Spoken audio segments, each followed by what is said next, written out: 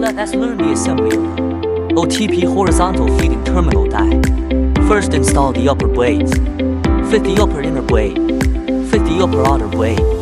Install the upper pressure blade. After installation, tighten and secure all screws. Next install the lower blades. Fit the lower inner blade. Fit the lower outer blade. Install the lower cutter base. Tighten the screws after installation.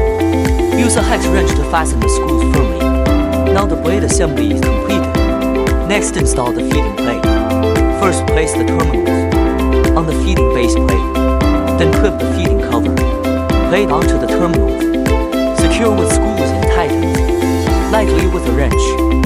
Check if the terminals slide freely back and forth. Reserve a proper gap for smooth sliding. After confirming flexible movement, fully tighten the screws. The feeding plate installation is now finished.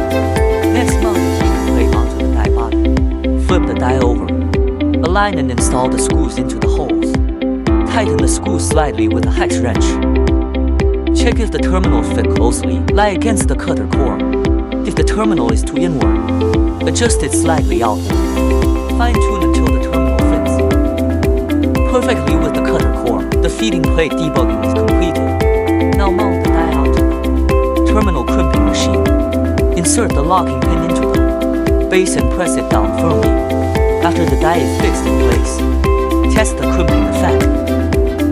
Demonstrate the crimp, terminal and wire harness effect.